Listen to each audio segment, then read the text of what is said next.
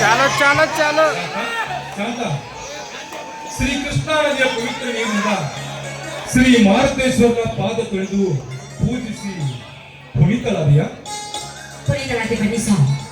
ಈ ಭವ್ಯವಾದ ಮಂಗಲಿಯಲ್ಲಿ ಶೃಂಗಾರವಾಗಿ ಶೋಭಿಸುತ್ತಿರುವ ಆ ದೇವರ ಪೂಜೆ ಮಾಡಿ ನಾನು ಪುನೀತನಾದೆ. ನೀವು ಕೂಡ ಆ ದೇವರಿಗೆ ನಮಸ್ಕರಿಸಿ ಪಾವನರಾಗಿ. ದೇವ ಮಾರುತೇಶ್ವರ ಸೀತೆಗಾಗಿ ಸಾಗರ ದಾಟಿದೆ, ರಾಮನಿಗಾಗಿ ಸೇತುವೆ ಕಟ್ಟಿದೆ, ಲಕ್ಷ್ಮಣನಿಗಾಗಿ ಬೆಟ್ಟವನ್ನು ಹೊತ್ತಿ. ನಿನ್ನ ಕೀರ್ತಿ ಅಜರಾಮರವಪ್ಪ ಅಜರಾಮರ.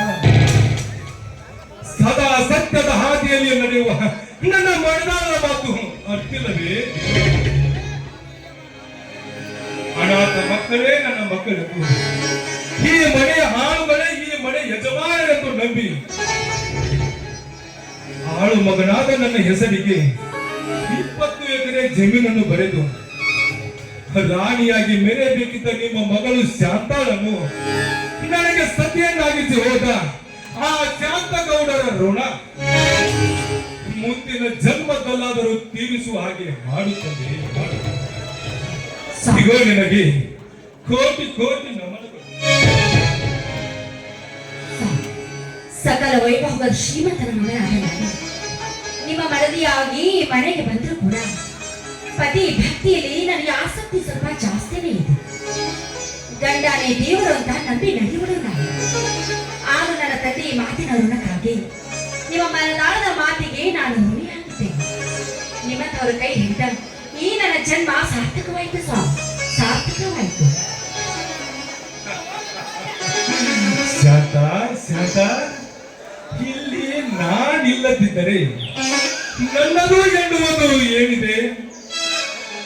ಶತಮಾನದ ಸಂತ ಶ್ರೀ ಗುರು ಸಿದ್ದೇಶ್ವರರ ವಾಣಿಯಂತೆ ಸತ್ಯವೂ ಇಲ್ಲ ಅಸತ್ಯವೂ ಇಲ್ಲ, ಸಹಜವೂ ಇಲ್ಲ ಸಹಜವೂ ಇಲ್ಲ, ನಾನು ಇಲ್ಲ ನೀನು ಇಲ್ಲ, ಇಲ್ಲ ಇಲ್ಲ ಇಲ್ಲ ಎಂಬುದು ತಾನಿಲ್ಲ, ಗುಹೇಶ್ವರನೆಂಬುದು ತಾ ಬಯಲು.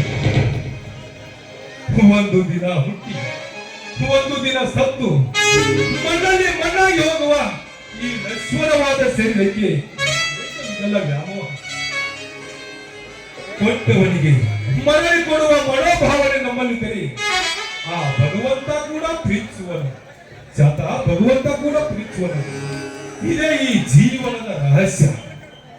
ದಿನನಿತ್ಯ ಆ ಶಿವನಿಗಾಗಿ ಸ್ವರೂಪ ಏನು ಮುಗ್ಧ ಮನಸ್ಸಿಗೆ ಶಾಂತಿ ನೀಡುವುದಕ್ಕೆ ಓಡಿ ಬರುವನೇ ಆ ಕರುಣಾಸಾಗರ.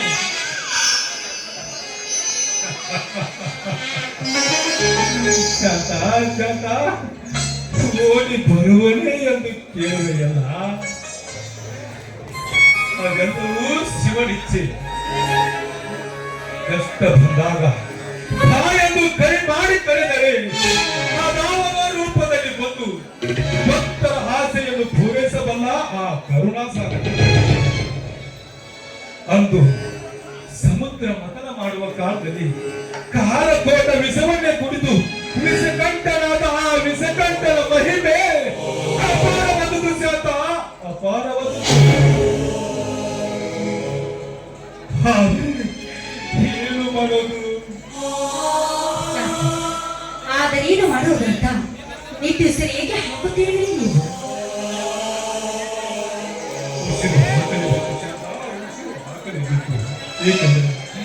ಬಾಯಿದ್ದರು ಹೇಳಲಾರದ ಮೂಕಲಾಗಿದ್ದೇನೆ, ತೋರಿಸಲು ನಿನಗೆ ಕಣ್ಣಿದ್ದರು ಕೊರಡಲಾಗಿದ್ದೇನೆ. ಆ ನಿಜ ಹೇಳಬೇಕೆಂದರೆ ನನಗೆಲ್ಲವೂ ತಿಳಿದಿದೆ. ನಿಮ್ಮ ಅಂತರಂಗದ ಮನ ಆ ಬ್ರಹ್ಮ ಬರೆದ ವಿಧಿ ಲಿಖಿತವನ್ನು ತಪ್ಪಿಸೋದಕ್ಕೆ ಯಾರಿಂದಲೂ ಸಾಧ್ಯವಿಲ್ಲ. ಆದರೆ ಸಂಕೋಚ ಪಟ್ಟುಕೊಳ್ಳದೆ ನಿಮಗಾದ ಕಷ್ಟವನ್ನು ಸ್ಪಷ್ಟವಾಗಿ ನನ್ನ ಮುಂದೆ ಹೇಳಿ. ನಾನು ನಿಮ್ಮ ಅರ್ಧಾಂಗಿನಿ ಅಲ್ಲವೇ? ಅರ್ಧಾಂಗಿ ಅರ್ಧಾಂಗಿ ಶಾಂತ, ಹೊಸನಾಳ ಕಿತ್ತಿಯಾಗಿ ನನ್ನ ಮನೆಗೆ ತಿಳಿಸಿದ ಹಲವಾರು ವರ್ಷಗಳಿಂದ ಯಾವ ಸುಖ ಕೊಟ್ಟಿದ್ದೇನೆ ಶಾಂತ. ಯಾವ ಸುಖ ಕೊಟ್ಟಿದ್ದೇನೆ? ಸ್ವಾಮಿ, ನನ್ನ ಸುಖ ಭೋಗ ಆಸೆಯನ್ನು ತೀರಿಸಲಾಗಂತ ನನ್ನಂತಹ ನಾಮಂತ ಯಾರಿಲ್ಲ ಯಾರಿಲ್ಲ ಈ ಜಗದಲ್ಲಿ.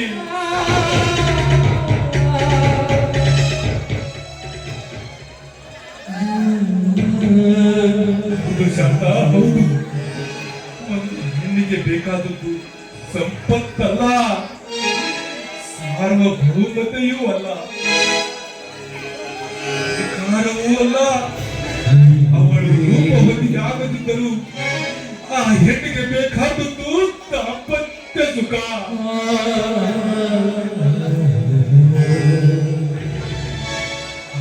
ಸುಖವನ್ನೇ ನನ್ನಿಂದ ಕೊಂಡಿದ್ದಾದ ಮೇಲೆ ನನ್ನಂತಹ ಪಾಪಿ ಯಾರಿದ್ದಾರೆ ಜಾತ? ಯಾರಿದ್ದಾರೆ ಈ ಜಗತ್ತಲ್ಲಿ?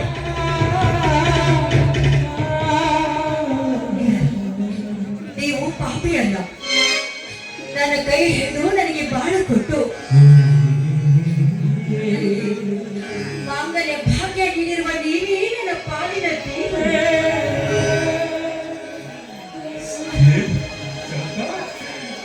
ಈತ ನಿನ್ನ ದೇವರೇ.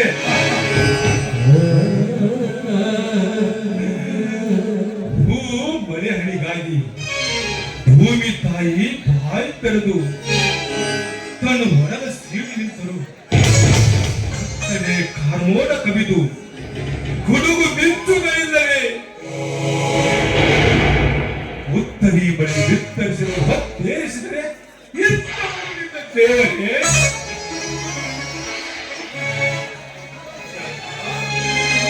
ನಿತ್ತ ನೀರಿನಂತೆ ಶಾಂತವಾಗಿ ಅವನು ಅವಿತುಕೊಂಡಾಗ ಯಾವನಂತೆ ನೆನೆ ಹಿಡಿದುಕೊಂಡು ಬಿದ್ದ ದೇವರೇ.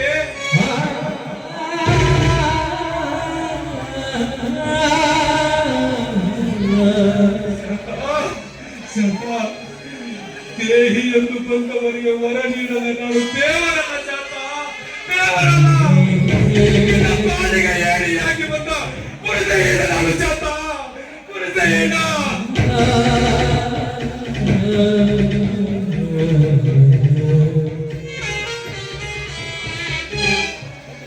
ಮಾಡಿ ನನ್ನನ್ನು ಕ್ಷಮಿಸಿಬಿಡು ಶಾಂತ, ಕ್ಷಮಿಸಿಬಿಡು.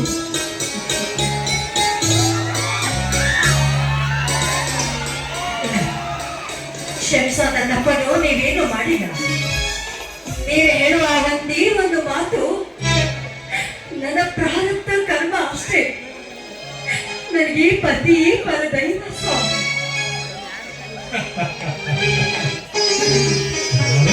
ಕರ್ಮ ಪತಿಯೇ ಪರದೈವ.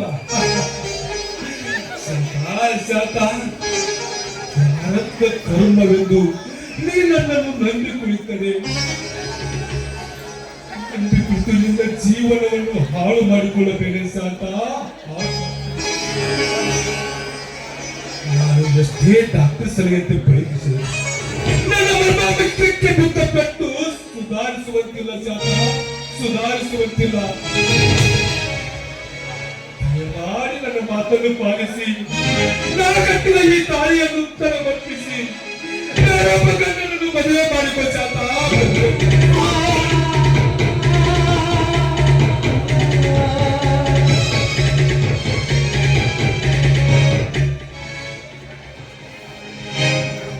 ಇನ್ನೊಂದು ಸಲ ಮಾತನಾಡಬೇಡಿ. ಇನ್ನೊಂದು ಸಲ ಅದೇ ಮಾತನ್ನು ಮಾತನಾಡಿದಾದ್ರೆ ನಿಮಗೆ ನನ್ನ ಮೇಲೆ ಆನೆ ಆಗಿದೆ. ನೀವಾಗಿ ನನ್ನ ಹೆತ್ತವರ ಮೇಲೆ ಆನೆ ಆಗಿದೆ.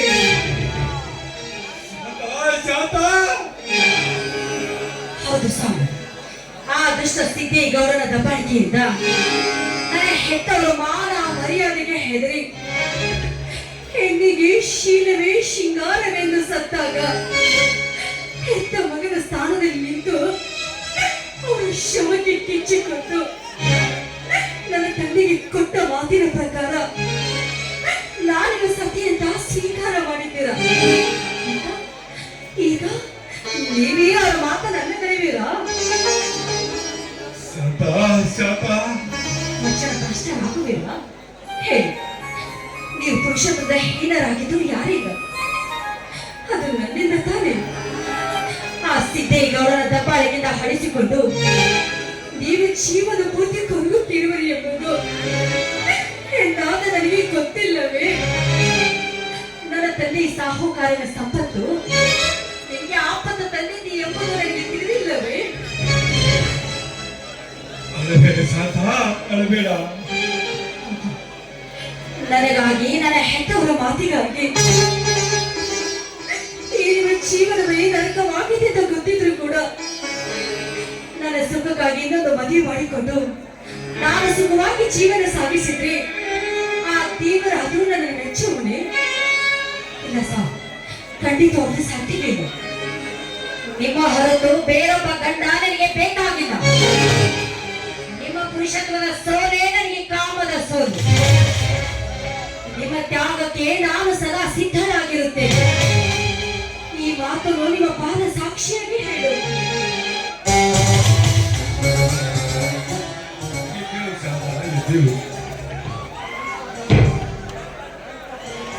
ಎಂತಹ ಕಠೋರವಾದ ಮಾತನಾಡ್ತೀವಿ ಶಾಂತ, ಎಂತಹ ಕಠೋರವಾದ ಮಾತನಾಡ್ತೀವಿ. ಇದು ಕಾಲ ಕಲ್ಕಿಯ ಕಾಲ, ತಿರುವು ಮುರುವಿನ ಕಾಲ, ಮಾತು ಮರೆತು ಹೋಗುವ ಕಾಲ. ಸ್ವಂತ ಮಗಳಲ್ಲಿ ಮೋಹಕ ರೂಪದಲ್ಲಿ ನೋಡುವ ಈ ಕಲಿಗಾಲದಲ್ಲಿ ಅದು ನಿನ್ನಿಂದ ಸಾಧ್ಯವೇ ಶಾಂತ? ಸಾಧ್ಯವೇ? ಸಾಧ್ಯವಾಗದನ್ನು ಸಾಧಿಸಿ ತೋರಿಸುವುದೇ ನಿಜವಾದ ಹೆಣ್ಣಿನ ಧರ್ಮ. ಇದಕ್ಕೆ ಆ ಮಾರುತೇಶ್ವರೇ ಸಾಕ್ಷಿ, ಮೇಲಾಗಿ ಆ ಜಗನ್ಮಾತೆ ಲಕ್ಕಮ್ಮ ದೇವಿಯೇ ಸಾಕ್ಷಿ.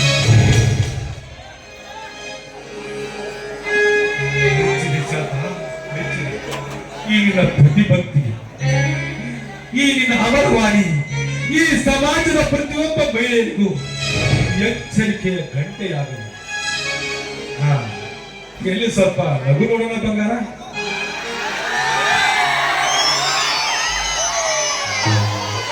ಇದೇ ಈ ನಗುವಿನ ಒಲವೆಯಲ್ಲಿ, ಈ ಒಲವಿನ ವರ್ಣದಿಗೆ ಹಾಡಬಾರದೇ ಒಂದು ಪ್ರೇಮ. ಸಂತೋಷವಾಗಿ ಕಾರ್ಯ ನಡೆಸಿದ್ದಾರೆ.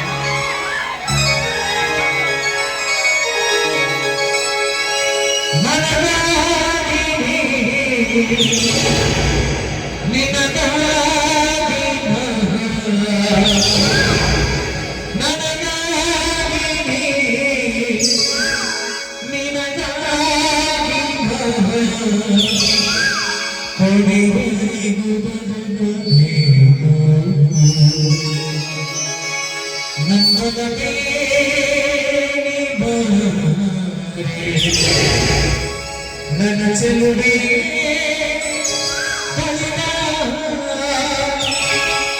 ಬಲಿ ಬಂದು ಸಿಗುತ್ತು ನೀನು ಸಿಗುತ್ತಿರ ಕಾಣಿಕೆ ನಿಧಾನ ಸನಿಗೆ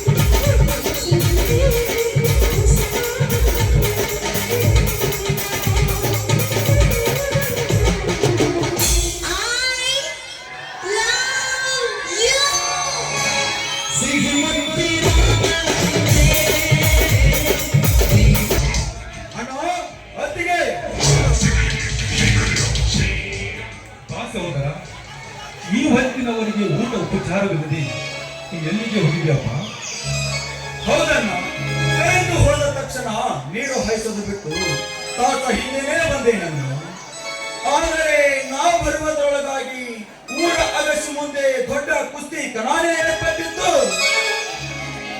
ಅದರಲ್ಲಿ ಕಡೆ ಕುಸ್ತಿ ನಾನು ನೀನೇ ಆಡಿದೇನಪ್ಪ.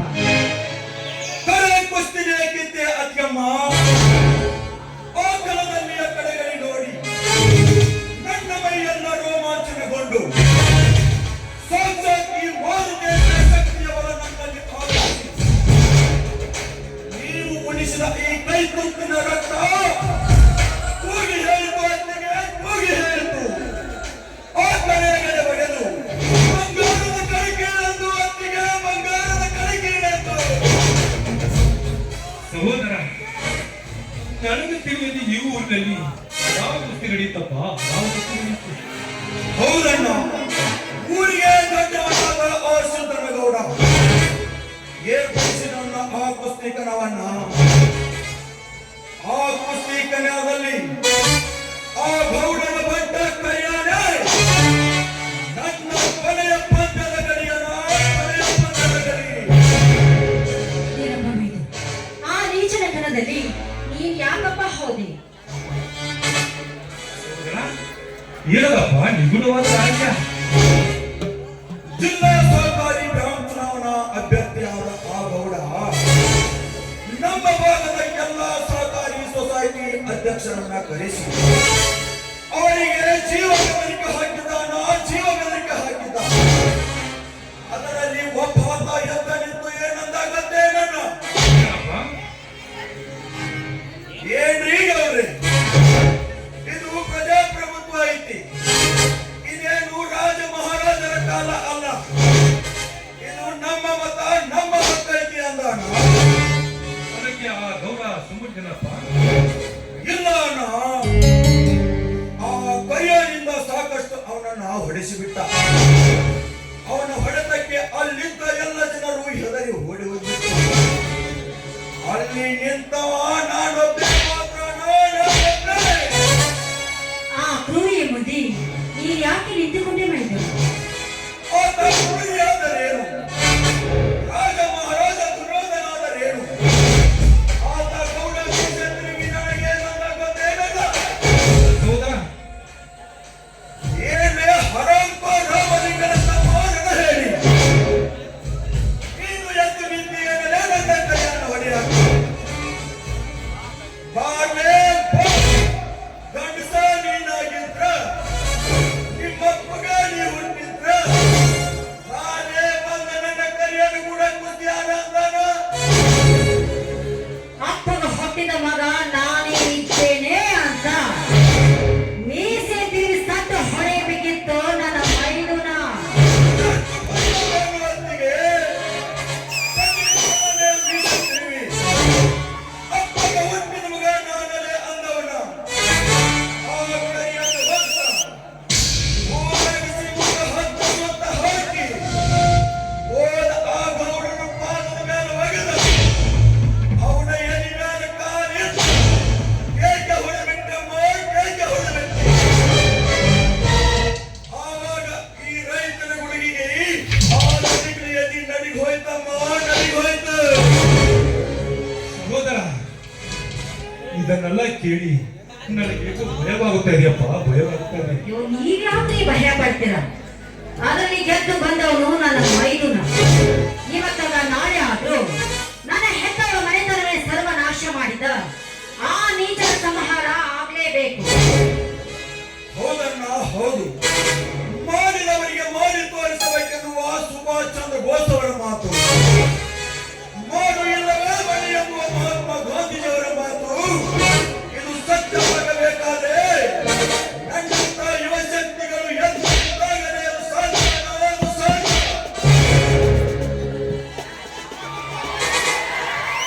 ಹೌದಣ್ಣ, ಹೌದು. ಅಣ್ಣನ ಮಾತಿನಲ್ಲಿ ಸತ್ಯಾಂಶವಿದೆ. ಯುವಶಕ್ತಿಯ ವಿದ್ಯುತ್ ಶಕ್ತಿ ಎಂದು ಸ್ವಾಮಿ ವಿವೇಕಾನಂದರು. ಬಾ ಸಹೋದರ, ಬಾ. ಈಗ ಬಂದಿರಪ್ಪ, ನಿನ್ನ ಓದು ಮುಗಿಯುತ್ತೆ. ಹೌದಣ್ಣ, ಮೊನ್ನೆ ತಾನೇ ಎಕ್ಸಾಮ್ ಬಂದೆ. ಅದರಲ್ಲಿ ಪ್ರಥಮ ರ್ಯಾಂಕ್ ಬರುವ ನಿರೀಕ್ಷೆ ಇದೆ. ಅದಕ್ಕೆ ನಿಮ್ಮೆಲ್ಲರ ಆಶೀರ್ವಾದ ಕಾರಣ. ಎದ್ದೇಳು ಸಹೋದರ, ಎದ್ದೇಳು. ನಮ್ಮ ಆಶೀರ್ವಾದಕ್ಕಿಂತ ಆ ಮಹಾನುಭಾವರ ಆಶೀರ್ವಾದ ದೊಡ್ಡದು.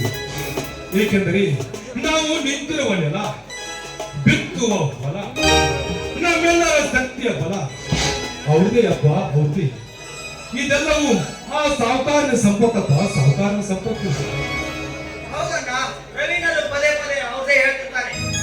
ಅವರು ನಿಮ್ಮ ಅತ್ತಿಗೆಯ ತಂದೆ ಮರೆಯಂದು ಅವರು ಈ ನಾಡಿನ ದೇವರಾಗಿದ್ದರಂತೆ. ಹೌದೇನಣ್ಣ? ಹೌದು ಸೋದರ, ಹೌದು. ಅವರು ಮಾಡಿದ ಘನ ಕಾರ್ಯವನ್ನು ಮುಂದೊಂದು ದಿನ ನಿಮಗೆ ಸಮಯವಿದ್ದಾಗ ಚೆನ್ನಾಗಿ ತಿಳಿಸಿ ಹೇಳ್ತೇನೆ. ಅಂತವರ ಮಗಳಾದ ನನ್ನ ಅತ್ತಿಗೆ ಪುಣ್ಯವಂತಿಯೇ ಸರಿ. ಸಹೋದರ, ನನ್ನ ಮನೆಯ ಮಹಾಲಕ್ಷ್ಮಿಯಾದ ನನ್ನ ಶಾಂತಾಗಿ ನನ್ನ ಬಾಯಿಂದ ವರ್ಣನೆ ಮಾಡಲು ಆಗುವುದಿಲ್ಲ. ಬನ್ನಿರಿ, ನಾವೆಲ್ಲರೂ ಕೂಡಿದ ಈ ಶುಭ ಸಂದರ್ಭದಲ್ಲಿ ಕೂಡಿ ಹಾಡಿ ನಲಿಯೋಣ. ಇದು ನಮ್ಮೆಲ್ಲರ ಭಾಗವೇ ಸರಿ. ಬನ್ನಿರಿ. ಎಲ್ಲ ಜಗತ್ತಿಗೆ